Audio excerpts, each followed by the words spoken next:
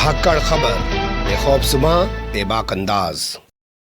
धाकड़ खबर के news room से मैं आपके साथ हूं अकरम रईस खान। खबर असल में कल शाम की है, 7:45 के आसपास का मामला बताया जा रहा है। तभी तो आज सुबह सभी अखबारों में खबर छपी हुई है और आप जानते ही है कि अखबार वाले रात के 12 बजे से पहले पहले की खबरें छाप सकते हैं, लेकिन फिर भी सुबह से आपका जो भोंपू मीडिया है उसके एंकर और एंकर गला फाड़ फाड़ के चिल्ला चिल्ला के बताने की कोशिश कर रहे हैं कि ब्रेकिंग न्यूज आ रही है, मोदी सरकार के कानून राज्य मंत्री पर उत्तर प्रदेश में बड़ा हमला हो गया है। लाठी डंडों से लैस होकर, पत्थरों से लैस होकर, गोलीबारी से लैस होकर समाजवादी पार्टी के गुंडों ने उन पर हमला बोल दिया है। कई सारी गाड़ियां क्षतिग्रस्त हो गई हैं, लेकिन मंत्री की उंगली में चोट लगने के अलावा किसी को एक खरोंच भी नहीं आ पाई है। बहुत सारे सवाल हैं जो हम आपके सामने उठाने जा रहे हैं। हमारे पास मंत्री का बयान है, हमारे पास मंत्री के सहयोगी का बयान है, हमारे पास पुलिस अधिकारी का बयान है, और तमाम बयान जिन सवालों की ओर इशारा कर रहे हैं उनको आपका मीडिया तो आपको बताएगा नहीं, जिसे आप एक नंबर 2 नंबर 3 पे बनाए रखते हैं, या बड़े बड़े उनके स्टूडियो हैं उनको आप मीडिया समझते हैं, असल में वो तो उठाएगा। लेकिन कुछ सवाल हैं जिनसे आपको रूबरू कराने की कोशिश धाकड़ खबर करने जा रहा है। इधर उधर की कहानी को छोड़ते हैं, सबसे पहले जिक्र कर लेते हैं घटनास्थल को लेकर। मुझे लगता है घटनास्थल को लेकर भी बात की जाए उससे पहले आपको यह पता होना चाहिए कि घटना असल में किसके साथ हुई है। तो जैसा मैंने बताया कि मोदी सरकार में कानून राज्य मंत्री हैं, नाम है डॉक्टर एसपी सिंह बघेल। कहीं कहीं पे आप लिखे देखेंगे प्रोफेसर एसपी सिंह बघेल। वर्तमान समय में वो उत्तर प्रदेश के गाजियाबाद से लोकसभा सांसद हैं। उससे पहले वो 2017 के विधानसभा चुनाव में टुंडला, जो फिरोजाबाद जिले की एक विधानसभा सीट है, वहां से जीत के आए थे। योगी सरकार में भी उनको मंत्री बना दिया गया था, लेकिन 2019 में आगरा से सांसद बने और मोदी सरकार में भी उनको मंत्री बना दिया गया। जैसे ही ऐलान किया अखिलेश यादव ने कि वो मैनपुरी की करहल विधानसभा सीट से चुनाव लड़ेंगे और अपने जीवन का पहला विधानसभा चुनाव लड़ेंगे, तो मामले को रोचक बनाने के लिए, दिलचस्प बनाने के लिए भारतीय जनता पार्टी ने अपने इस प्रत्याशी को, जो वर्तमान समय में कानून राज्य मंत्री है, करहल से मैदान में उतार दिया। तो ये है प्रोफाइल वर्तमान समय का डॉक्टर एसपी सिंह बघेल का। लेकिन यही पूरा प्रोफाइल ही है, ये पुराने समाजवादी पार्टी के नेता रहे हैं। मुलायम सिंह यादव के पीछे बंदूक लेके खड़ा रहते थे, एक जमाने में पुलिस वाले दरोगा हुआ करते थे, बाद में समाजवादी पार्टी के नेता बन गए और कई बार जीतकर जो है सदनों में भी पहुंचे हैं। फिर बाद में इनका मोह भंग हो गया और ये भाजपा में चले गए और आज ये अखिलेश यादव के खिलाफ चुनाव लड़ रहे हैं। कल इनका कहना है कि साहब केशव प्रसाद मौर्य, जो उत्तर प्रदेश के डिप्टी सीएम है, वो असल में आए हुए थे करहल में उनके साथ प्रचार करने के बाद ये वापस लौट रहे थे करहल की तरफ। और जब ये करहल की तरफ लौट रहे थे तो कबरई एक गांव है, वहां से ये करहल की तरफ जा रहे थे। रास्ते में अतीकुल्ला एक गांव पड़ता है। जैसे ही वहां पर पहुंचे, वहां इनके ऊपर घात लगाकर खेतों में बैठे हुए लोगों ने, जो समाजवादी पार्टी के गुंडे बताए जा रहे हैं, इनके ऊपर हमला कर दिया। सुन लीजिए मंत्री जी की जबानी। आज श्री केशव मौर्य जी डिप्टी सीएम साहब बरनाल में आए थे। उसके बाद हमने अपने कार्यालय में बैठ के बहुत देर तक रचना की कि 17 तारीख को देश के गृह मंत्री जी हमारे कोसमई में आ रहे हैं और 18 तारीख को माननीय मुख्यमंत्री जी आ रहे हैं। तो मैं वहाँ से मैं गाँव कबरई होते हुए करहल आ रहा था बाया अतीकुल्लापुर। तो कबरई और अतीकुल्लापुर के बीच में लगभग 7:30 या 45 हुए होंगे।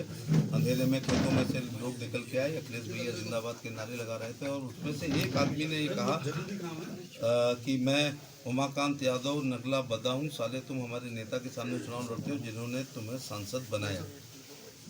और उसने और फिर 20-30 लोगों ने लाठी डंडे से हमला कर दिया। मेरी गाड़ी क्षतिग्रस्त हुई, मुझे चोट आई है। और उसमें से एक ने, उसी ने ये कहा कि बीटू जान से मार दे, आज मंत्री बच के ना जा पाए, साला मंत्री बच के, इसका चुनाव आज ही कराई दे रहा हूँ।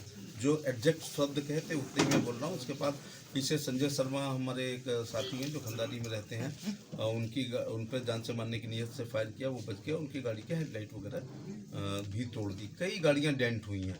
तो अब सबका वर्णन करना उचित नहीं है। ये कितने लोग थे और कौन लोग थे?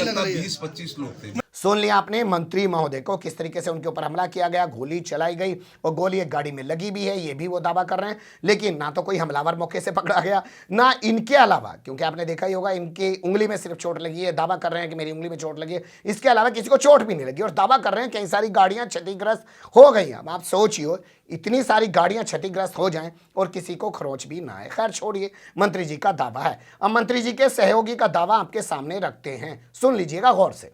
घटना हुई है माननीय मंत्री जी की गाड़ी निकल रही थी, 20-25 लोगों ने गाड़ी को घेर लिया और ईंट पत्थर फेंकने लगे, लाठी डंडे मारने लगे गाड़ी में।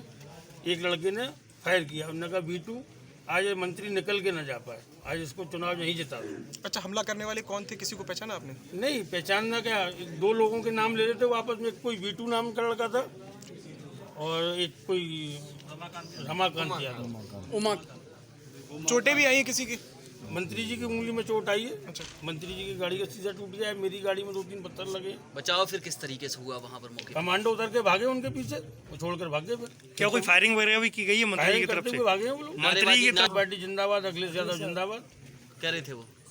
सुन लिया, मंत्री जी की ही भाषा बोल रहा है कि एक उमाकांत यादव था और दूसरे का नाम बिट्टू था, और उमाकांत यादव ने बिट्टू से कहा कि मार दे गोली और आज इसको चुनाव जितवा दे, आज इसको चुनाव लड़वा दे। लेकिन लास्ट में जो उसने लाइन बोली है कि हमलावर तब भागे जबकि कमांडो आ गए।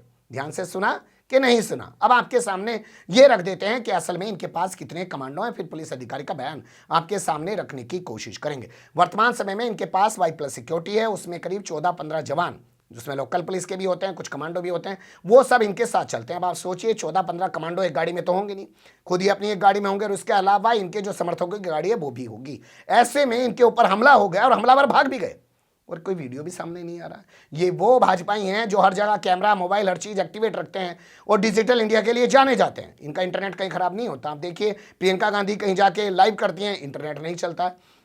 अखिलेश यादव कहीं जाके लाइव करते हैं, उनका इंटरनेट नहीं चलता है। जयंत चौधरी कहीं जाके लाइव करते हैं, उनका इंटरनेट नहीं चलता है। लेकिन जब भी भाजपा का कोई आदमी, चाहे नरेंद्र मोदी हो, अमित शाह हो, JP नड्डा हो, राजनाथ सिंह हो, आदित्यनाथ योगी हो, कहीं जाके लाइव करते हैं किसी भी जनसभा में, तो उनके इंटरनेट में कभी कोई दिक्कत होती है क्या? तो ये वो लोग हैं, इनके पास कोई वीडियो भी नहीं है। इन्होंने मौके से क्यों नहीं पकड़ा, क्यों नहीं आज पूछताछ होनी चाहिए जो इनके साथ सिक्योरिटी गार्ड थे। हालांकि इसके बाद खबर आ रही है कि इनकी सिक्योरिटी बढ़ा दी गई है, इनको Z कैटेगरी की सुरक्षा दे दी गई है, वही जो ऑफर दिया गया था असदुद्दीन ओवैसी को, लेकिन असदुद्दीन ओवैसी से लेने से इनकार कर दिया था। अब बात कर लेते हैं यहाँ के पुलिस अधिकारी की, और जरा पुलिस अधिकारी की टोन को ध्यान से सुनिए, फिर बताऊंगा क्या सवाल खड़े हो रहे हैं। यह आज शाम लगभग 7:45 पर माननीय मंत्री जी जो करहल विधानसभा से प्रत्याशी भी हैं, एक कबरई से अतिकुल्लापुर की तरफ अपने काफिले के साथ आ रहे थे। तभी रास्ते में अतिकुल्लापुर के नज़दीक कुछ लोगों ने काफिले पर जो है डंडे और पत्थर से हमलावर हुए और मौके पर सूचना मिलने पर CO करहल और इंस्पेक्टर करहल मौके पे गए। मौके पे शांति व्यवस्था बनी हुई है, कानून व्यवस्था बनी हुई है। माननीय मंत्री जी द्वारा जो तहरीर थाने पर दी गई उसके आधार पर मुकदमा पंजीकृत कर मुकदमे में विधिक कानूनी कार्रवाई की जा रही है। कितने लोगों के खिलाफ तहरीर दी? ये लगभग 25 से लेकर 20 से 25 लोगों के विरुद्ध उन्होंने जो है ज्ञात लोगों के खिलाफ मुकदमा पंजीकृत कराया। ये संज्ञान में नहीं लाया गया है कौन लोग हैं, इसकी विवेचना से और जांच से जो तथ्य आएंगे उसके। सुन लिया आपने पुलिस अधिकारी को। पुलिस अधिकारी दावा नहीं कर रहा है। होता यह है कि जब भी कोई पुलिस अधिकारी मीडिया के सामने बयान देता है तो वो ये कहता है मंत्री जी ने दावा किया कि उनके ऊपर हमला हो गया, लेकिन ये ऐसे नहीं बोल रहा, ये सीधा बोल रहा है कि मंत्री जी पे हमला कर दिया, जैसे ये भी मान के बैठा है। हालांकि इसी बीच एक खबर आई है जो NI ने ब्रेक की है कि 2 हमलावरों को पुलिस ने गिरफ्तार कर लिया है। ये हुआ कुल मिला के ताज़ा घटनाक्रम। अब इसके बाद जो सवाल खड़े हो रहे हैं उन पर आपकी रोशनी डलवा देते हैं। जी हां, अब उन सवालों का जिक्र कर लेते हैं जो सबसे अहम है। जैसे मंत्री पर हुए हमले का जिक्र ही क्यों किया जा रहा है, उसी को लेकर ढिंढोरा क्यों पीटा जा रहा है? क्योंकि मैनपुरी में तो भारतीय जनता पार्टी की एक महिला राज्यसभा सांसद पर भी हमला हुआ है। औरैया की रहने वाली है, नाम है गीता साक्य। बताया जा रहा है कि वो अपने पार्टी के एक प्रत्याशी का प्रचार करने के बाद मैनपुरी से वापस लौट रही थी। शहर कोतवाली थाना क्षेत्र के अंदर से वो गुजर रही थी और जब वो गांव नंगला घंट के पास पहुंची तो वहां उनके ऊपर पत्थरों से हमला कर दिया। अब बताइए, उन पे भी पत्थरों से हमला हो रहा है। वो घायल नहीं हुई है इस मामले में, उनकी गाड़ी को नुकसान भी नहीं पहुंचा है। तो उनके हवाले से ये खबर छापी जा रही है।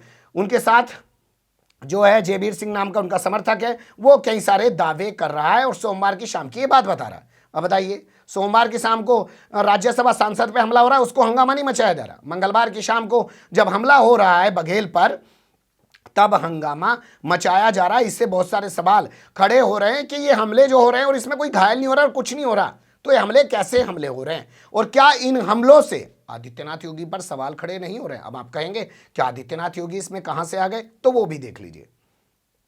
अब आपके सामने बारी बारी से कुछ चीजें रखते हैं, जैसे छोड़ देते हैं असदुद्दीन ओवैसी को। 3 फरवरी को उन पे हमला हुआ, चलो उन पे हमला हुआ, उसको लेके योगी सरकार पे सवाल उठाना जरूरी नहीं है, क्योंकि वो तो मुस्लिम नेता है। मुस्लिम नेता पे तो एक क्या 10 बार हमले हो जाएं, आदित्यनाथ योगी उसके लिए जिम्मेदार नहीं हो सकते हैं। लेकिन जब भारतीय जनता पार्टी के मंत्री पर हमला हो तो भैया सवाल किस पे खड़ा होगा? आदित्यनाथ योगी पे सवाल खड़ा होना चाहिए। तो मोदी सरकार के मंत्री पर हमला हुआ है तो इससे आदित्यनाथ योगी के उन दावों पर सवाल खड़ा हो गया है, अमित शाह के उन दावों पे सवाल खड़ा हो गया है जो रात दिन कह रहे हैं कि हमने सुरक्षा व्यवस्था बहुत बेहतर बना दी है उत्तर प्रदेश की। क्या ऐसे ही बेहतर बनाई है कि आपका मंत्री भी यहाँ पे सुरक्षित नहीं है, आपकी राज्यसभा सांसद भी यहाँ पे सुरक्षित नहीं है, उसके ऊपर भी हमला हो जा रहा है? चलिए जाने दीजिए, इन तमाम चीज़ों को छोड़ देते हैं।